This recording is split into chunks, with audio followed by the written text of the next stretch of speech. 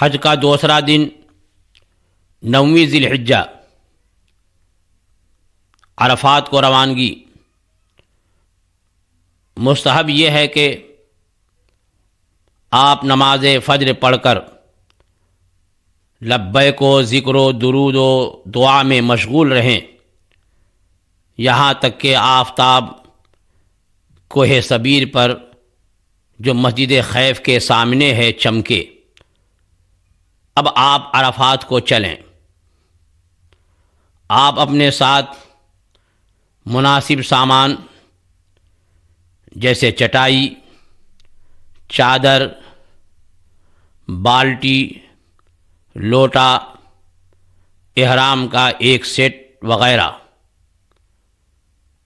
اپنے ساتھ رکھ لیں کہ عرفات اور خصوصاً مزدلفہ میں اس کی ضرورت پڑے گی۔ عرفات کی روانگی بہت اہم چیز ہے۔ وقوف عرفہ حج کا رکن اعظم ہے اور آپ اس کی ادائیگی کے لیے روانہ ہو رہے ہیں۔ آج اللہ تعالیٰ کے دربار خاص میں حاضری ہونے والی ہے۔ دل کو خیال غیر سے پاک کرنے کی کوشش کریں۔ راستے بھر ذکر و درود میں بسر کریں، بے ضرورت کچھ بات نہ کریں، لبیک کی بار بار کثرت کرتے ہوئے چلیں۔ دوران سفر ہنسی مذاق نہ ہو بلکہ اللہ کے خوف سے لرزتے کانپتے اپنے گناہوں پر شرمندہ ہوتے ہوئے چلیں۔ وسوسے آئیں تو ان کی طرف دھیان نہ کریں کہ یہ شیطان کی طرف سے ہیں۔ آپ اپنی توجہ اپنے رب کی طرف باندھیں۔ انشاءاللہ تعالی شیطان مردود ناکام واپس جائے گا۔ آج وہ دن ہے کہ اللہ تعالی کچھ کا حج قبول فرمائے گا اور کچھ کو ان کے صدقے میں بخش دے گا۔ محروم وہ ہے جو آج محروم رہا۔ اگر کسی نے عرفہ کی رات مکے میں گزاری اور 9ویں کو فجر پڑھ کر منی ہوتا ہوا عرفہ پہنچا تو اس کا حج ہو جائے گا، مگر اس نے برا کیا کہ سنت کو ترک کیا۔ یوں ہی اگر رات کو منی میں رہا مگر صبح صادق سے پہلے یا نماز فجر سے پہلے یا آفتاب نکلنے سے پہلے عرفات کو چلا گیا تو برا کیا۔ جب نگاہ جبل رحمت پر پڑے، ذکر و درود اور دعا میں اور زیادہ کوشش کریں، انشاءاللہ تعالی قبول ہوگی۔ جب آپ عرفات پہنچیں گے تو وہاں آپ کو آپ کے معلم کے خیمے میں ٹھہرایا جائے گا۔ اپنے خیمے میں پہنچ کر دوپہر تک زیادہ سے زیادہ وقت اللہ کے حضور خالص نیت سے گریہ و زاری کرتے ہوئے ذکر و لبیک و درود و دعا اور استغفار میں مشغول رہے۔ حسب طاقت صدقہ و خیرات کرے۔ زوال سے پہلے کھانے پینے اور دیگر ضروریات سے فارغ ہو لے تاکہ دل کسی طرف لگا نہ رہے۔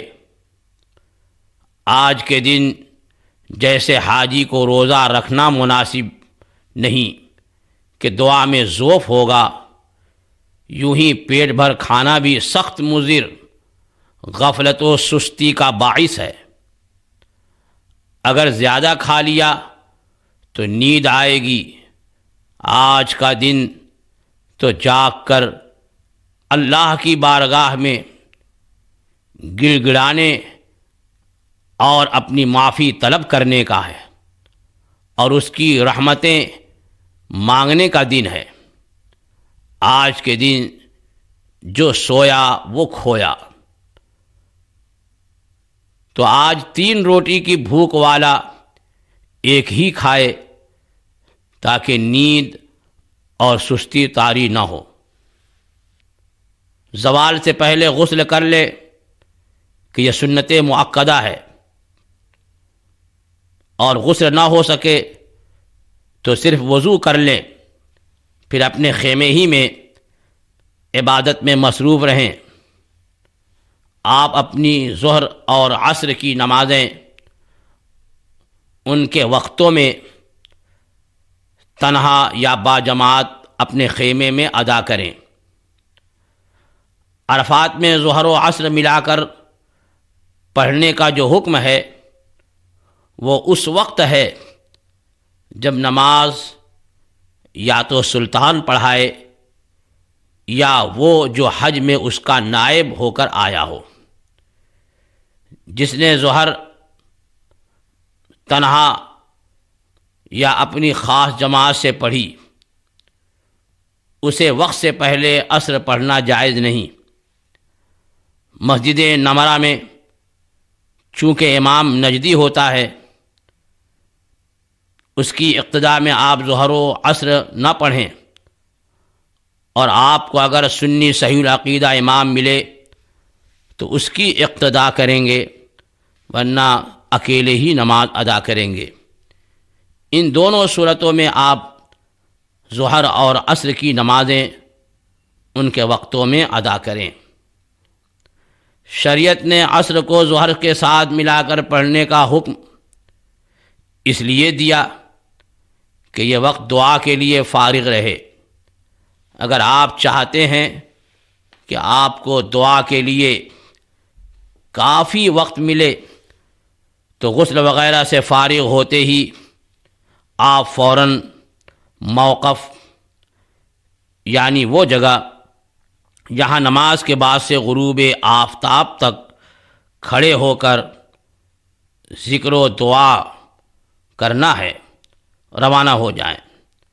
پھر ظہر کو اس کے آخری وقت میں اور عصر کو اس کے اول وقت میں ادا کر کے ذکر و دعا میں مشغول ہو جائیں۔ جس حکمت کے تحت شریعت مطہرہ نے یہاں ظہر کے ساتھ عصر ملانے کا حکم فرمایا ہے، یعنی غروب آفتاب تک دعا کے لیے وقت خالی ملنا، وہ اس طرح آپ کو میسر آ سکتی ہے۔ آپ اپنا یہ وقت کھانے پینے اور غیر ضروری مصروفیات میں ہرگز ضائع نہ کریں۔ اسی طرح آپ دوسروں کے عیب تلاش نہ کریں، یہ شیطانی وسوسہ ہے۔ آج کا دن دوسروں کے عیب تلاش کرنے کا نہیں، بلکہ اپنی کمزوریوں پر نظر کریں، ان پر نادم ہوں اور اللہ کی بارگاہ میں توبہ کریں۔